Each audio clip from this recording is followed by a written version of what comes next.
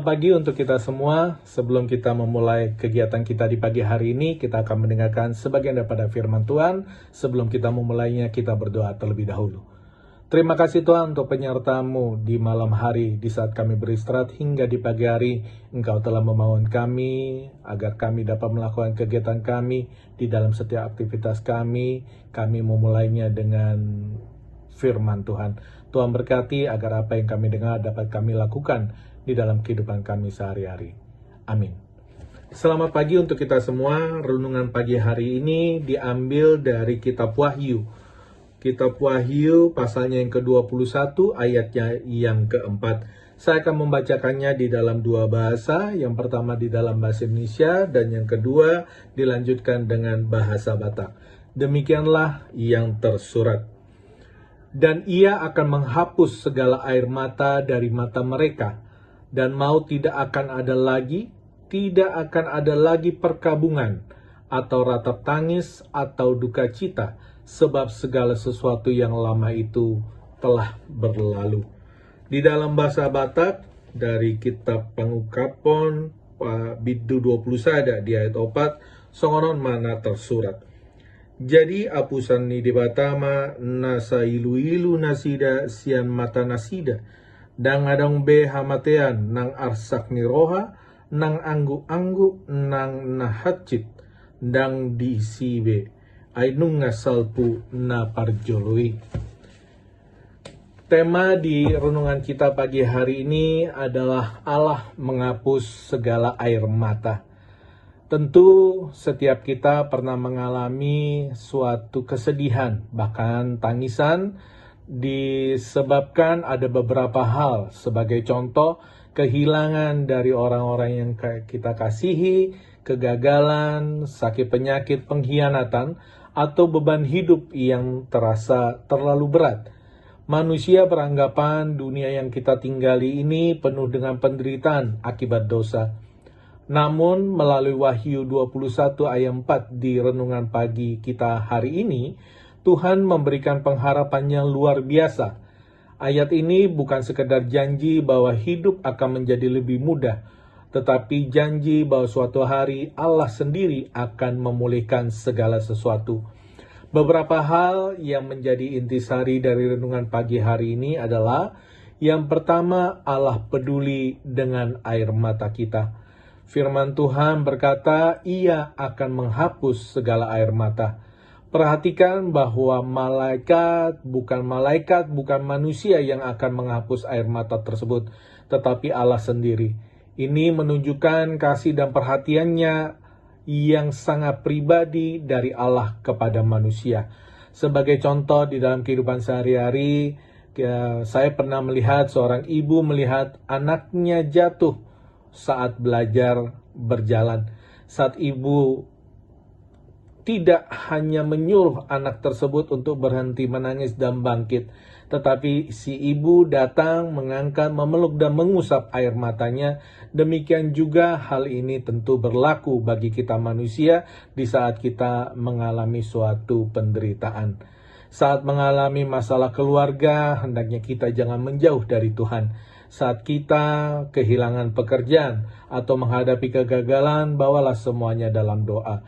Kita percaya bahwa Tuhan mengetahui setiap tetesan air mata yang kita sembunyikan. Yang kedua, penderitaan tidak bersifat selamanya. Ayat ini mengatakan, maut tidak ada lagi, perkabungan tidak ada lagi, ratap tangis tak ada lagi, duka cita tidak ada lagi. Ini adalah gambaran tentang langit dan bumi yang baru ketika Allah menyempurnakan ciptaannya. Maksudnya adalah, hendaknya kita jangan pernah kehilangan harapan ketika doa-doa kita belum terjawab. Kesulitan hari ini bukan penentu masa depan kita. Hendaknya kita juga tetap setia kepada Tuhan meskipun keadaan belum saja berubah. Yang ketiga, hidup dengan pengharapan membuat kita tetap setia. Ayat ini diakhiri dengan kalimat, segala sesuatu yang lama itu telah berlalu. Allah akan memperbarui segala sesuatu. Pengharapan ini memberikan kekuatan untuk menjalani kehidupan kita saat ini. Sebagai contoh, di saat seorang pelari jarak jauh atau pelari maraton, dia akan tetap berlari dan terus berlari hingga dia mencapai garis finish. Demikian juga kita sebagai orang percaya, hendaknya tetap mau hidup benar dan tetap memiliki pengharapan akan janji Tuhan.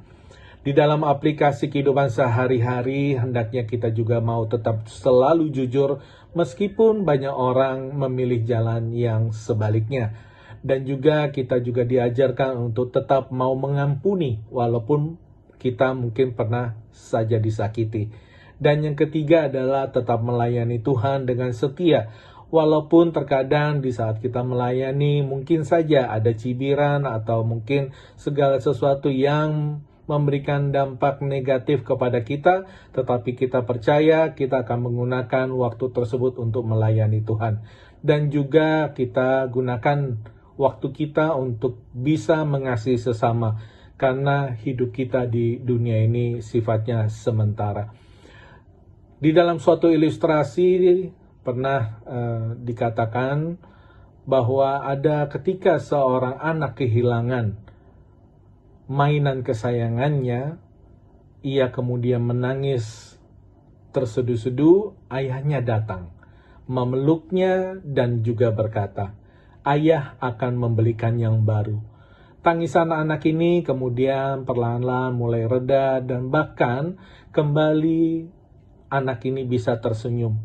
Bukan karena mainannya itu bisa langsung kembali, tetapi karena ia percaya kepada ayahnya yang telah mengatakan bahwa sang ayah akan membelikannya yang mainan yang baru. Seringkali kita juga menangis karena kehilangan sesuatu yang berharga. Mungkin Tuhan tidak selalu menghilangkan masalah kita saat itu juga, tetapi Dia pasti memberikan pengharapan bahwa suatu hari nanti semua penderitaan akan berakhir dan kita akan hidup bersamanya selama-lamanya.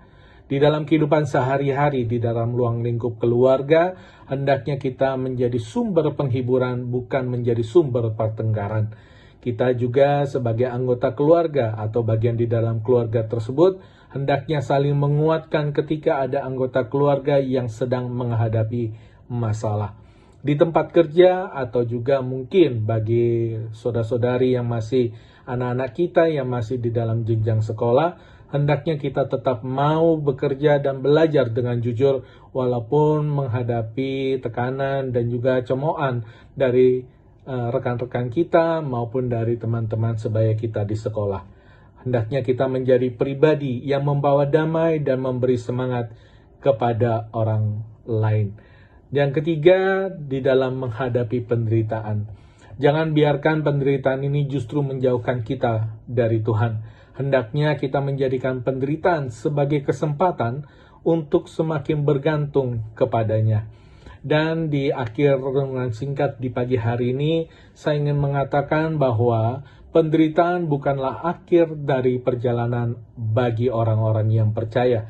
Allah berjanji akan menghapus setiap air mata dan mengakhiri segala bentuk kesedihan. Selama kita masih hidup di dunia ini, kita mungkin masih mengalami tangisan. Tetapi kita juga harus yakin bahwa kita tidak sendirian. Tuhan menyertai kita sekarang dan kita memiliki pengharapan akan pemulihan yang sempurna di hadapannya. Demikian renungan kita di pagi hari ini. Kita akan tutup dalam doa. Bapa kami yang di surga, terima kasih untuk waktu yang Kau berikan kepada kami.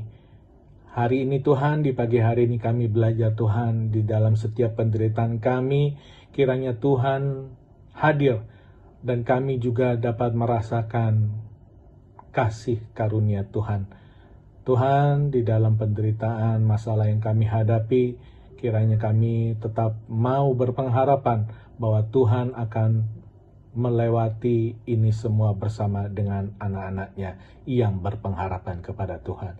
Terima kasih Tuhan, ajari kami dan kiranya kami dapat memulai hari ini dengan suatu pengharapan bahwa Tuhan menyertai anak-anak-Nya. Dalam nama Tuhan Yesus Kristus kami berdoa dan mengucap syukur. Amin. Bapa kami yang di surga, dikuduskanlah namamu. Datanglah kerajaanmu, jadilah kehendak-mu di bumi seperti di surga. Berikanlah kami pada hari ini makanan kami yang secukupnya, dan ampunilah kami akan kesalahan kami seperti kami juga telah mengampuni orang yang bersalah kepada kami.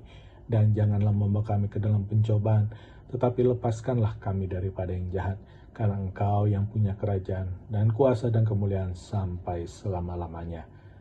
Amin. Kasih karunia dari Tuhan kita Yesus Kristus, kasih setia Allah Bapa dan penyertaan Roh Kudus menyertai kita hari ini, esok, dan selama-lamanya. Amin. Tuhan memberkati kita.